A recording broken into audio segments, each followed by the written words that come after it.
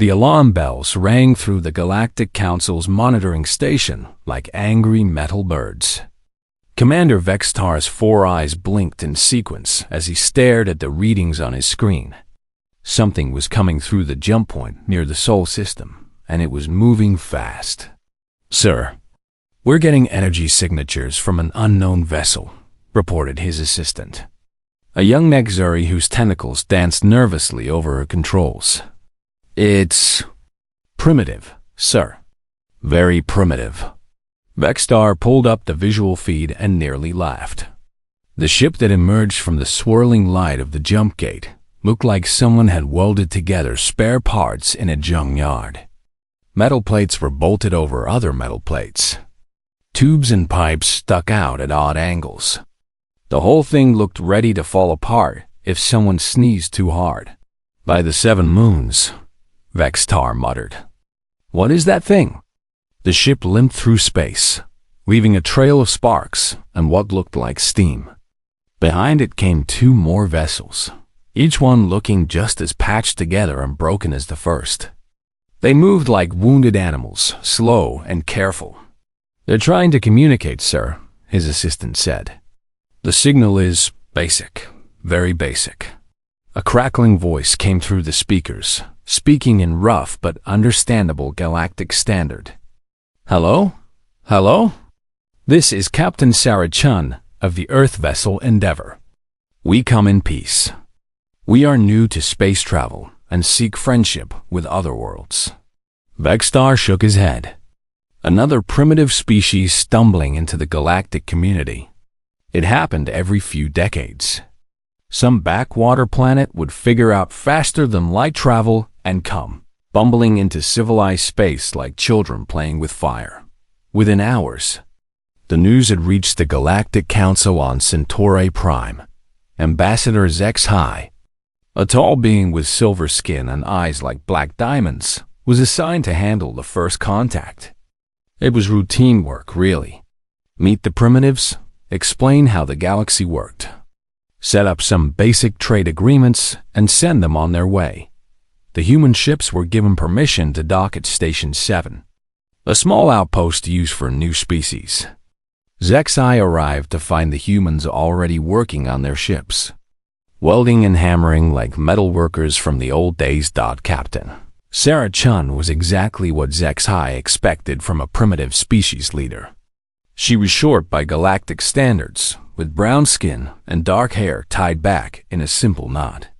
Her uniform looked handmade, and she carried herself with the eager nervousness of someone completely out of their depth.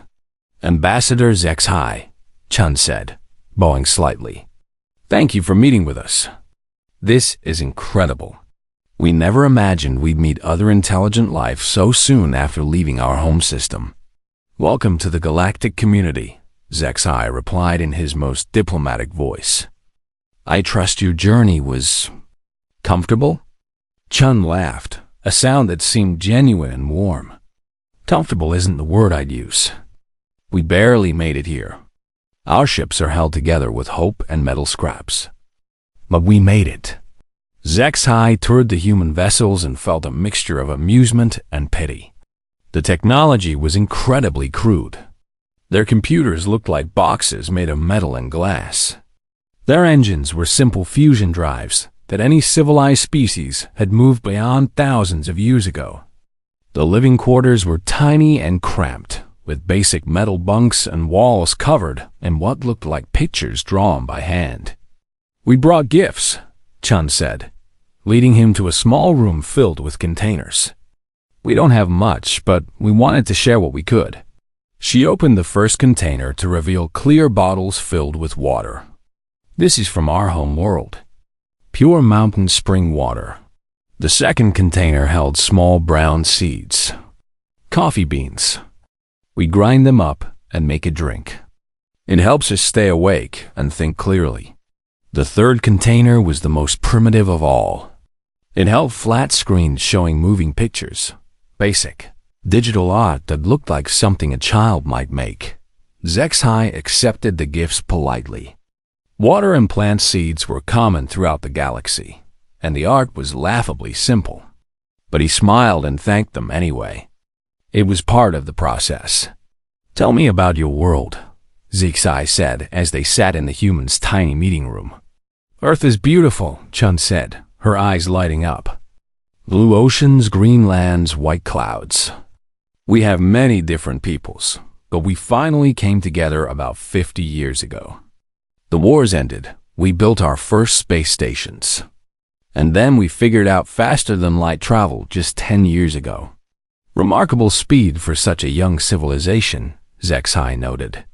"We're quick learners," Chun replied. "We had to be. Our planet was getting crowded, and we knew we needed to reach for the stars." Zexai asked about their technology, their government, their culture. The answers were exactly what he expected. The humans had a simple democracy, basic technology, and seemed to think that metal and fusion power could solve all their problems. They were like children playing with toys, amazed by everything they saw. When the meeting ended, Zexai filed his report with the council. "New species from Sol System. Primitive but peaceful. Recommends standard first contact protocols. They show promise, but will likely take centuries to reach even Class 2 civilization status." The other council members barely looked up from their own work when they read the report. Another primitive species. It was routine, but as Zexai prepared to leave Station 7, he noticed something odd. The humans worked on their ships with surprising skill. Their welding was actually quite good, and they seemed to know exactly what they were doing despite their crude tools. "Captain," Chun waved goodbye as his shuttle departed. She stood in the docking bay wearing her simple uniform, surrounded by her patched-together ships and her crew of eager-faced humans.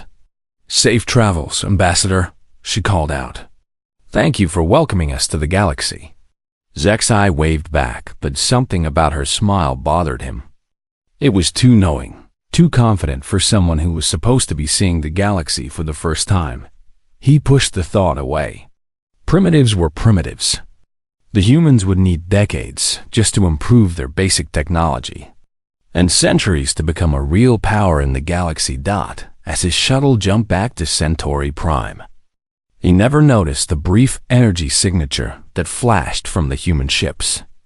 For just a moment, their crude metal hulls flickered, and underneath, something else could be seen. Something that looked far more advanced than it should be. But the moment passed, and the humans went back to hammering on their ships like the simple metal workers everyone thought they were. Dr. Kethera couldn't sleep. For 3 nights since the humans had arrived, the old Velthori scientist had been tossing and turning in her rest chamber. Something about those primitive newcomers bothered her, like a song she almost remembered but couldn't quite place. She sat up in her bed, her gray skin pale in the moonlight coming through her window. Her long fingers drummed against her knee as she thought about the humans.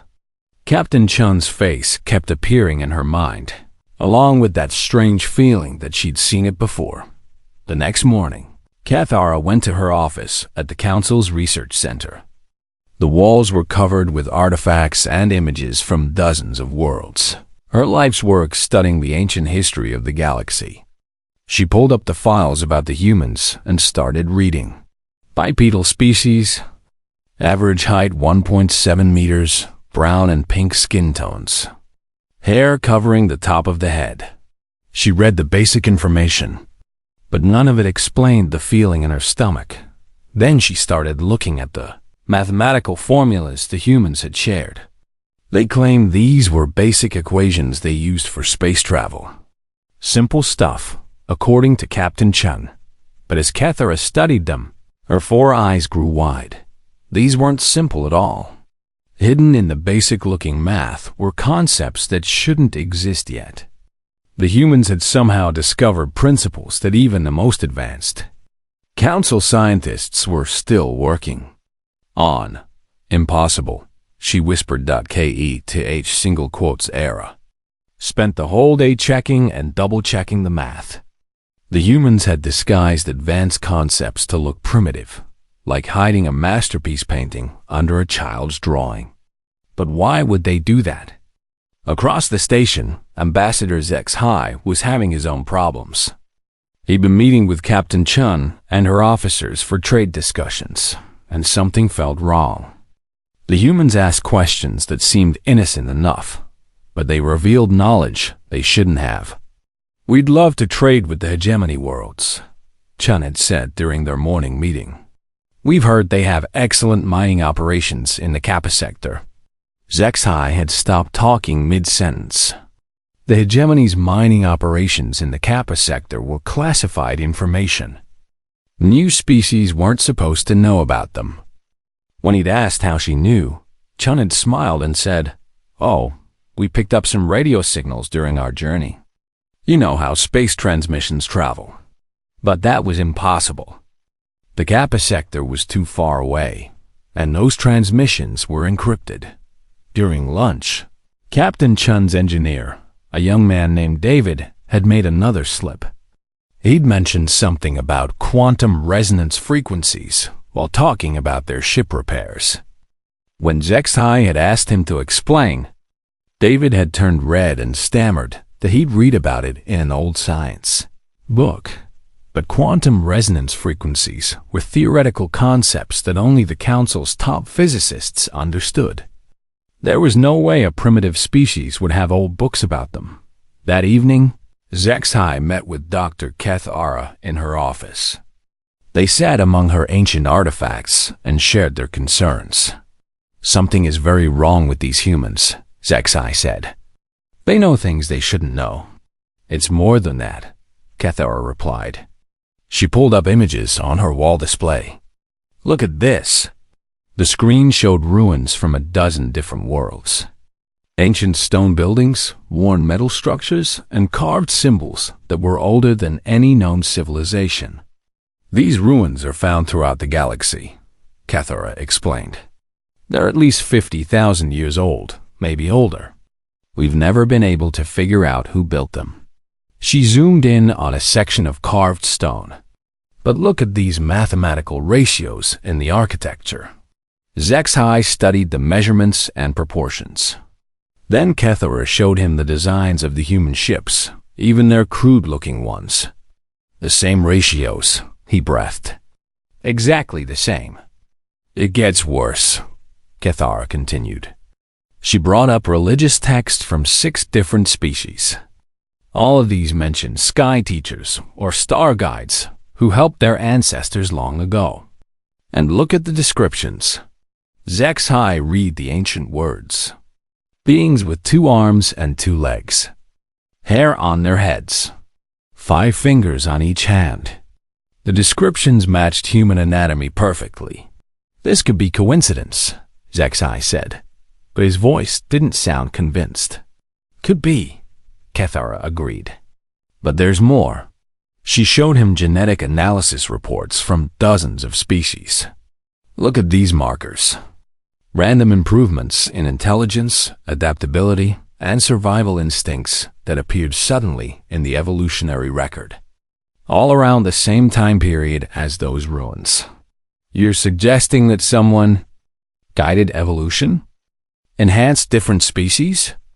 "I'm suggesting that someone has been out here before. Someone who looked remarkably like our new human friends." They sat in silence for several minutes, looking at the evidence spread across the wall displays.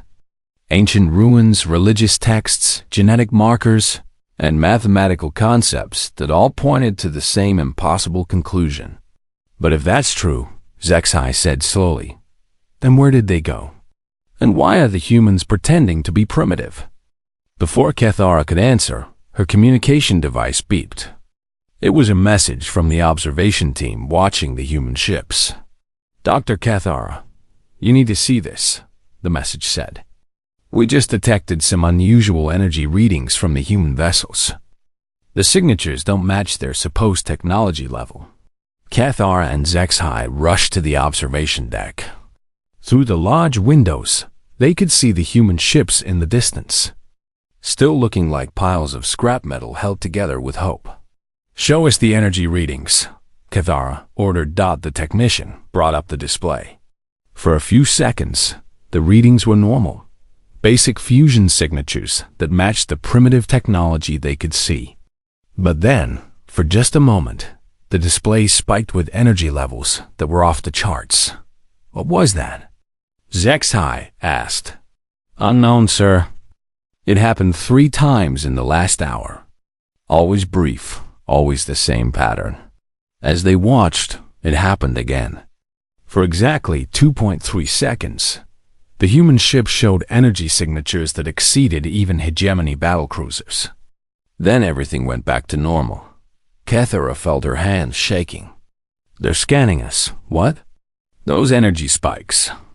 I've seen that pattern before.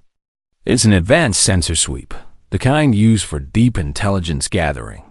They're scanning our station, our ships, probably our entire database. But their technology is primitive. We've seen their ships, have we? Kathara turned to look at the human vessels again. Or have we seen what they want us to see? As if responding to her words, one of the human ships shifted slightly in the docking bay.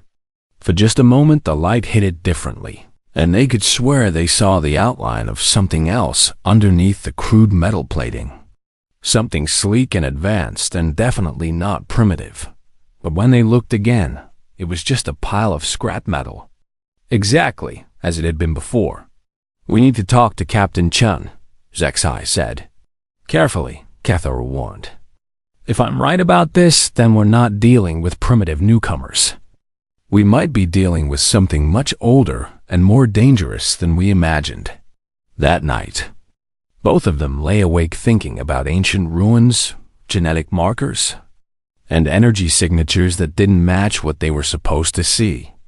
Somewhere in the docking bay, the humans continued working on their ships, hammering and welding like simple mechanics. But now every sound seemed to carry a different meaning. And every smile from Captain Chun looked like it was hiding secrets that were thousands of years old. The trade negotiations were going well, or so Captain Chun thought. She sat across from Ambassador HFY in the station's main conference room, discussing possible exchanges between Earth and the Council worlds. Her performance as an eager but inexperienced captain was perfect. She asked the right questions, showed the right amount of wonder, and made exactly the kind of mistakes a primitive species would make. Our people would be very interested in your agricultural techniques, Chun said, leaning forward with practiced enthusiasm. We're always looking for ways to grow more food. HFY nodded politely, though she noticed his dark eyes seemed sharper than before, more watchful. Of course. And what could Earth offer in return? Well, we have some interesting metals, and our engineers are quite creative with limited resources. As if summoned by her words, the conference room door opened and Marcus Webb stumbled in, his young face red with excitement and oil stains on his work clothes. The 25-year-old engineer was one of their best, but also one of their worst at keeping secrets. Captain Chun, sorry to interrupt, but we've got the quantum tunneling stabilizers working perfectly now, Marcus said, his words tumbling over each other. The efficiency is up by 30%, and the dimensional variance is down to practically nothing. We should be able to punch through subspace like it's tissue paper. The room went completely silent. Chun felt her stomach drop to her boots, but she kept her face calm. Beside her, Dr. Sarah Kim, their science officer, had gone pale as moonlight. HFY's eyes were now laser-focused on Marcus. Quantum tunneling stabilizers? He asked softly. Marcus finally realized what he'd said. His face went from red to white in about 2 seconds. I meant theoretical quantum thing. It's just a theory I've been working on. Nothing real. You said they were working perfectly, HFY pointed out. Working theoretically in my head, like a thought experiment. Marcus was sweating now, looking around the room like a trapped animal. Chun stood up smoothly. Marcus gets excited about his theories. He's always been interested in advanced physics. even though we don't have the technology to implement most of his ideas. Quantum tunneling technology won't be developed by Council Science for at least another century, HFY said, his voice carefully neutral. It's considered highly theoretical. While Marcus has always been ahead of his time, Chine laughed. Back on Earth, we called him our little genius. Always reading old science fiction books and coming up with wild ideas. But the damage was done.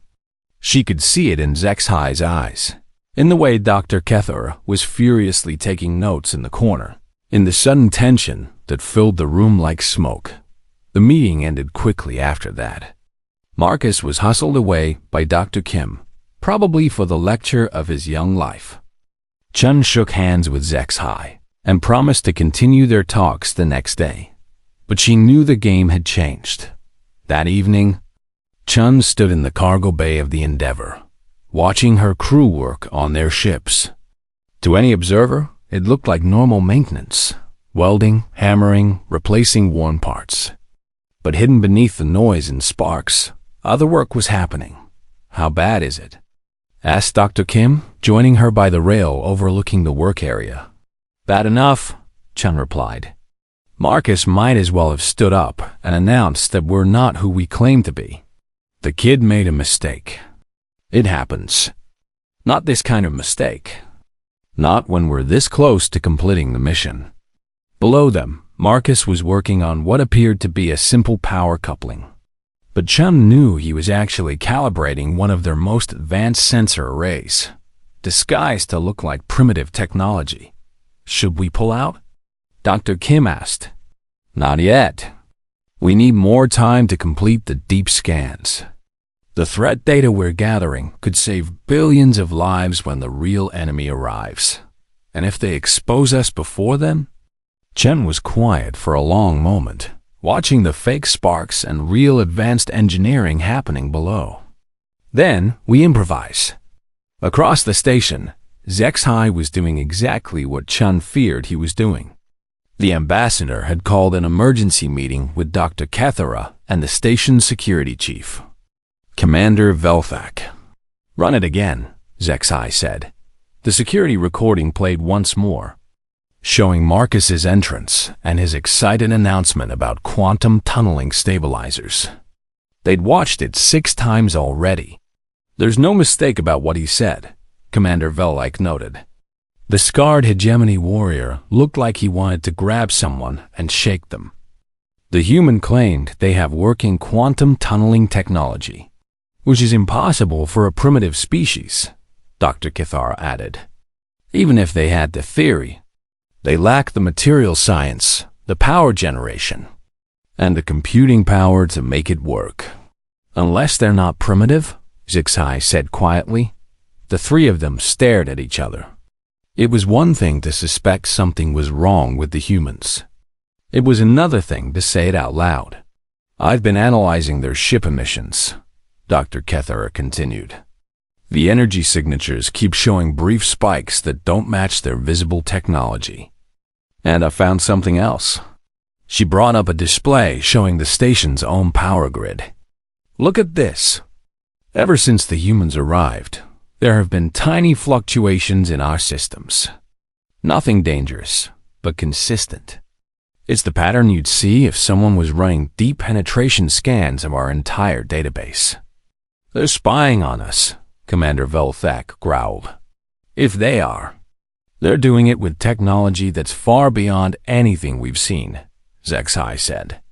Which means either they're not the primitive species they claim to be or what? Or someone else is helping them. Someone with access to very advanced technology. Commander Velthak stood up, his hand moving automatically to where his weapon would be if they were in combat. I recommend we confront them directly. Demand to inspect their ships. That could cause a diplomatic incident, HFY warned. Better than letting potential spies continue gathering intelligence on Council operations. Dr. Kethera was studying her displays again. There's something else. I've been comparing their biological scans with the genetic markers I found in the ancient data. She brought up 2 displays side by side. One showed human genetic sequences. The other showed the mysterious genetic improvements found in dozens of species throughout the galaxy. "It's a match," she said simply. "Not similar. Not close. Identical."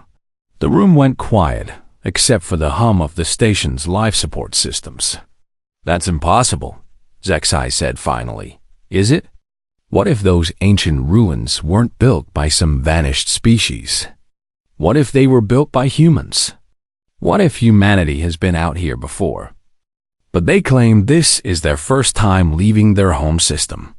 "Maybe," Dr. Kethera said slowly. "They're lying about more than just their technology." While the council members debated in their secure meeting room, Chun stood alone in her private quarters aboard the Endeavor. The walls were covered with star charts and mission briefings, all disguised to look like crude navigation aids and simple supply lists. Her communication device chimed softly. An encrypted message from Earth, routed through 6 different relay points to hide its origin. "Package status?" The message asked. Chun typed a reply carefully. "Cover compromised, but holding. Package 78% complete. Estimate 48 hours to full delivery." The response came quickly. "Understood. Priority remains unchanged. Complete package delivery at all costs." Chun deleted the messages and sat back in her chair. Through her small window, she could see the lights of the council station. Somewhere in those corridors, smart people were asking dangerous questions and finding uncomfortable answers. She thought about Marcus and his excited announcement. The young engineer was brilliant, but he'd grown up during the long journey between galaxies. To him, quantum tunneling stabilizers were as normal as hammers and nails. He'd forgotten that they were supposed to be primitive. Chun activated her private communication system, connecting to the other ships in their small fleet. "All department heads, this is the captain," she said quietly. "Operation status just changed from green to yellow. Be ready to move to red at any moment." The acknowledgments came back quickly, all in code that would sound like routine engineering reports to any listeners. Chun looked at the star charts on her walls. Somewhere out in the dark between galaxies, the real threat was still coming. The ancient enemy that had driven humanity to spread across the stars 50,000 years ago, nurturing younger species and building defenses. They were almost ready. The galactic civilizations had grown strong and diverse, each developing the specific strengths that would be needed for the coming war. The trap was nearly set, but first, they had to survive the next 48 hours without being exposed. Chun smiled grimly. After 50,000 years of patient planning, it would be ironic if their careful deception was ruined by one excited engineer who forgot to pretend they were primitive. Outside her window, the station's lights twinkled like stars, and somewhere in those lights, suspicious minds were getting closer to the truth. Dr. Kethera had not left her laboratory in 18 hours. Coffee cups and food containers covered every surface not occupied by ancient artifacts, genetic scans, and mathematical formulas. Her gray skin was pale with exhaustion, but her 4 eyes burned with the fire of discovery. She had found something impossible. "Computer, display timeline analysis 7, she commanded. The wall screens lit up with data spanning 50,000 years of galactic history. Archaeological sites, genetic markers, technological developments, and cultural shifts, all plotted across time and space in different colors and patterns. What she saw made her stomach twist with excitement and fear. "By the 7 moons," she whispered. "It's all connected." The evidence was overwhelming when viewed together. Every major civilization in the galaxy showed the same pattern, a period of slow, natural evolution followed by sudden, dramatic improvements in intelligence, technology, and adaptability. And those improvements all happened at exactly the same time. Not only that, but the improvements were specifically tailored to each species. The hegemony developed superior strength and warrior instincts.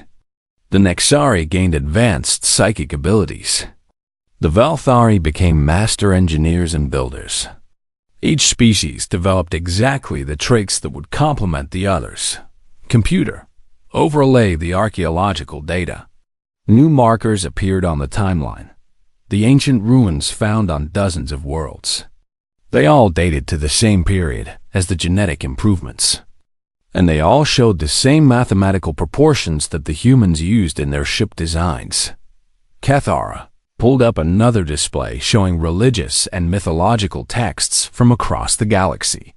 Story after story spoke of star teachers or sky guides who came from the heavens to help primitive peoples. The descriptions were always the same: bipedal beings with 5-fingered hands, hair on their heads, and kind but powerful eyes. Beings that looked exactly like humans. Computer, run genetic comparison analysis between human DNA samples and the enhancement markers found in galactic species. The results made her lean back in her chair. Not only did the markers match human genetic patterns, but they showed clear signs of deliberate engineering. Someone had carefully modified the DNA of dozens of species, enhancing specific traits while maintaining genetic stability. "It's impossible," she muttered. "But the evidence is right here." Her door chimed. Ambassador Zexhai entered without waiting for permission, his silver skin showing the stress patterns that appeared when his people were deeply worried. "Tell me you found something to explain this madness," he said, slumping into a chair. "I found something," Cathara replied slowly, "but you're not going to like it." She showed him the timeline analysis, walking him through 50,000 years of seemingly unconnected data. At first, Zexhai looked skeptical, then confused, then horrified. "You're saying that every major civilization in the galaxy was guided? Enhanced?" "More than that," Cathara said.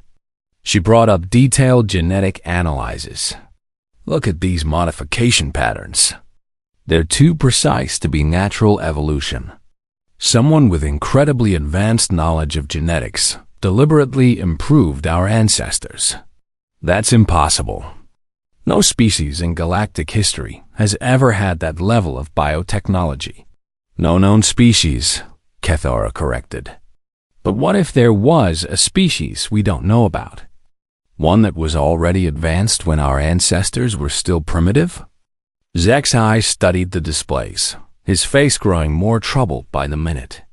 "The humans. It fits everything. The genetic markers match their DNA patterns. The architectural proportions in the ruins match their ship designs. The religious descriptions match their physical appearance. But if that's true, where did they go? Why did they disappear for 50,000 years?" Before Cathara could answer, Commander Velthet burst into the laboratory. The hegemony warrior's scarred face was grim. "We have a problem," he announced. "I just received a priority message from Council Intelligence." He activated a holographic display showing a map of local space. Red markers appeared throughout the galaxy. "Similar ships have been detected in 7 different sectors," Velthet continued, "all claiming to be primitive species making first contact, all showing the same inconsistencies we've seen with the humans." Cathara felt her heart racing. 7 different groups? All human. All using the same story about recently achieving space travel. All displaying technology that doesn't match their supposed development level. Zexhai stood up, his diplomatic composure finally cracking. "This isn't first contact. This is a coordinated operation." "Gets worse," Velthic said grimly. "Deep space monitoring stations have detected energy signatures moving between the galaxy's outer rim. Big signatures. The kind that come from massive ships using technologies we can't identify." Cathara's mind raced through the implications. They're not alone. The humans we're seeing are just the advanced teams. Advanced teams for what? She brought up a new display showing the current positions of all known human ships throughout the galaxy. When plotted on the star map, they formed a clear pattern, a defensive network covering every major trade route and military installation. They're setting up a perimeter, she realized. But against what? Her computer chimed with an incoming data packet.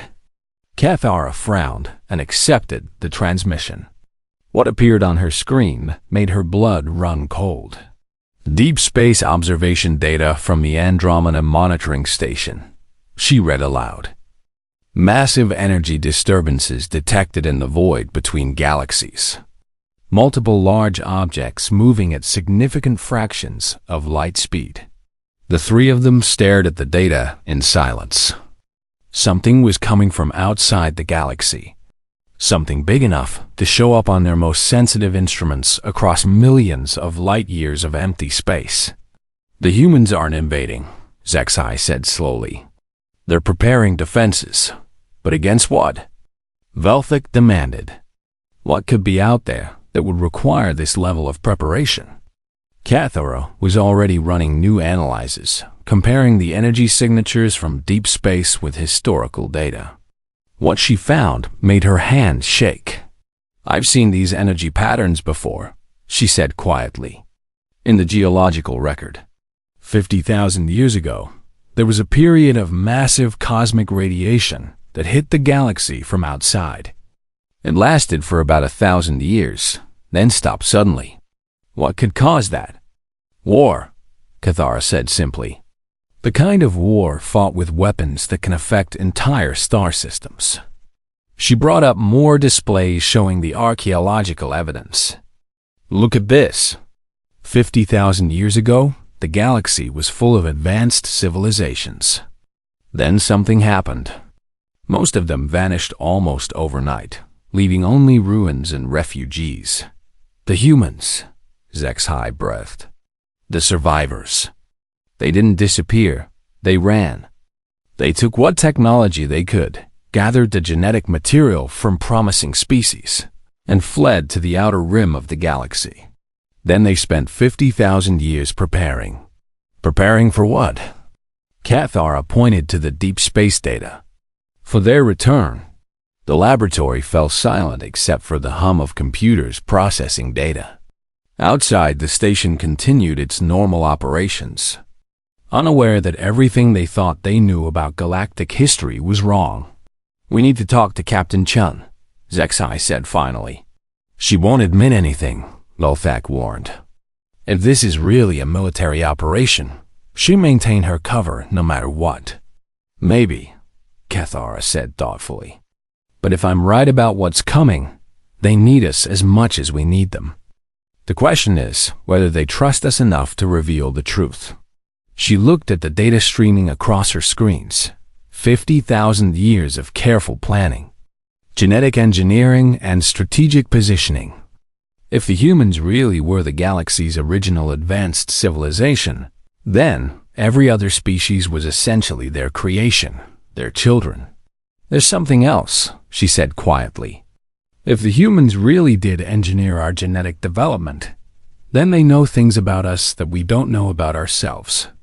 Our strengths, our weaknesses, our potential. What are you saying? I'm saying that if war is coming, and if the humans have been preparing for 50,000 years, then we've all been designed for this moment. Every species, every ability, every technological advancement, it's all been building toward whatever's coming from the void. Zexai stared at the star maps showing human positions throughout the galaxy. We're not just random species that achieve spaceflight.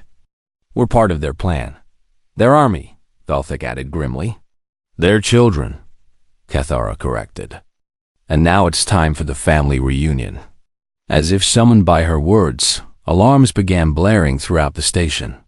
Emergency lights flashed as the communication system activated. All personnel to emergency stations, came the announcement. We have multiple large objects decloaking throughout the system. Repeat, multiple unknown vessels are appearing on sensors. Through the laboratory windows, They could see new lights appearing in space around the station. Massive shapes were becoming visible as advanced cloaking systems deactivated. The shapes looked nothing like the crude human ships they'd been studying.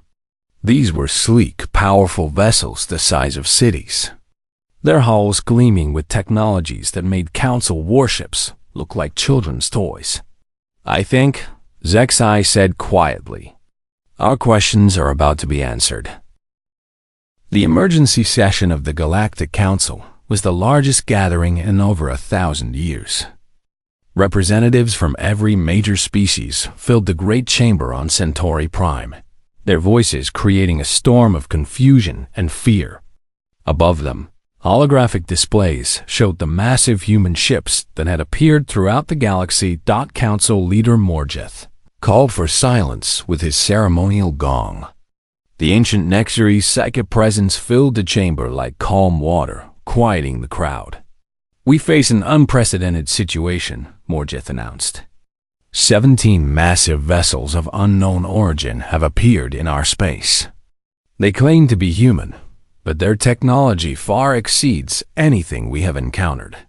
Ambassador Zexai stood in the witness section, along with Dr. Kethara and Commander Velthak. Their investigation had uncovered the truth, but even they weren't prepared for what was about to happen. The main display activated, showing the bridge of the largest human vessel. But the woman who appeared was not the simple Captain Chen they had met. This was someone else entirely, the same face, but wearing a crisp military uniform covered with insignia that spoke of ancient authority. Her eyes held depths of knowledge and responsibility that stretched across millennia. "Honorable members of the Galactic Council," she said, her voice carrying a weight that made the entire chamber fall silent. "I am Admiral Sarah Chun of the Terran Expeditionary Force. I apologize for the deception, but it was necessary." "Deception?" Council leader Morgeth's voice carried a dangerous edge. "You have violated every protocol of first contact. You have spied on our operations, and we created your operations." Admiral Chun interrupted quietly. The chamber erupted in outrage. Species representatives shouted protests and demands for explanation. Admiral Chun waited patiently for the noise to die down, her expression never changing. When silence returned, she continued. 50,000 years ago, humanity was not a primitive species confined to Earth. We were a galactic civilization that spanned half the known stars. We built cities on 1,000 worlds, developed technologies that could reshape matter and energy, and thought ourselves the masters of space and time. "Impossible," declared Representative Colvin of the Hegemony. "There is no record of such a civilization, because we made sure there wouldn't be," Admiral Chun replied. "When the Devourers came from the void between galaxies, we faced a choice. Fight and die with our civilization, or run and prepare for their return." Dr. Kethara felt her research vindicated, but the implications terrified her. "The Devourers?" Admiral Chun's expression darkened. "A species that consumes entire galaxies. They strip every world of life and energy, leaving behind empty husks of dead matter. 50,000 years ago, they detected the energy signatures of our advanced civilization and came to feed." The display changed to show ancient star charts. Systems marked in red stretched across vast sections of space. "We couldn't stop them with direct force," Admiral Chun continued. "Their technology was beyond ours, their numbers too great. So we chose a different path. The greatest minds of our species developed a long-term strategy. The genetic modifications," Zexai said, understanding flooding through him. "Yes, we scattered throughout the galaxy, taking with us genetic samples from every promising species we could find. We enhanced them, guided their development, and watched from the shadows as they grew into the civilizations you represent today." Representative Shallara of the Nexari stood up, her psychic abilities crackling with emotion. "You made us? We are your experiments?" You are our children, Admiral Chun corrected gently. Each species was nurtured to develop specific strengths. The Hegemony's warrior courage, the Nexary's psychic powers, the Volthari's engineering brilliance, the Alchemy's artistic inspiration that shapes reality itself. All designed to complement each other. Designed for what? Demanded Council Leader Morgeth. The display changed again, showing the deep space monitoring data that Dr. Kethora had discovered. The massive energy signatures moving between galaxies were closer now, much closer. The Devourers are returning, Admiral Chun said simply. Our deep space monitoring stations detected their approach 3 years ago. They remember this galaxy as a source of rich energy, and they're coming back to finish what they started. Commander Velthak had been silent until now, but his warrior instincts made him speak up. Why reveal yourselves now? Why end the deception? Because the time for hiding is over, Admiral Chun replied. For 50,000 years, we've been preparing for this moment. Your civilizations have grown strong and diverse. Your technologies complement each other perfectly. You form trade networks, defense alliances, and cultural exchanges that bind the galaxy together. A trap, Dr. Kethora breathed. You turned the entire galaxy into a trap. The greatest trap in galactic history, Admiral Chun confirmed. The Devourers expect to find the same defenseless civilizations they encountered before. Instead, they'll face a united galaxy of species that were specifically designed and prepared to fight them. The chamber fell into stunned silence. The scale of what they were hearing was almost beyond comprehension. 50,000 years of patient planning, genetic engineering, and cultural guidance, all leading to this moment. The human ships we've been seeing, Zexai said slowly. They're not primitive vessels making first contact. Command and control nodes, Admiral Chun confirmed. Each one is positioned to coordinate defense networks that your civilizations have been unknowingly building for centuries. Your trade routes, your communication arrays, your military installations, they all form part of a galaxy-wide defensive grid. Representative Colvin stood up, his scarred face showing the strain of processing this information. And if we refuse to cooperate? If we choose not to be part of your ancient plan? Admiral Chun's expression grew sad but determined. Then you will face the Devourers alone, as countless civilizations have before. And you will share their fate. The display changed one more time, showing the current positions of Devourer forces. They were much closer than anyone had imagined, less than 6 months away from reaching the galaxy's outer rim. How many of them? Asked Commander Velthak. 17 billion ships, Admiral Chun replied. Each one the size of a small moon, crewed by beings that view all organic life as nothing more than fuel for their expansion. The numbers were staggering. Even the combined fleets of all galactic civilizations wouldn't number more than a few 100,000 vessels. We can't fight those numbers, Representative Scheller said, her psychic ability showing her the hopelessness of such a conflict. We can't fight them the way they expect to be fought, Admiral Chun agreed. But you weren't designed to fight them conventionally. Each of your species has abilities that the Devourers have never encountered. Your combined strengths create possibilities that pure technology cannot match. Dr. Kethora understood first. The psychic abilities of the Nexary can disrupt their control systems. The Hegemony's warriors can adapt and survive in conditions that would destroy normal soldiers. The Velthari engineering can repair and modify technology in the middle of battle. And the Altani artistic powers can literally reshape reality around Devourer forces, Admiral Chun added.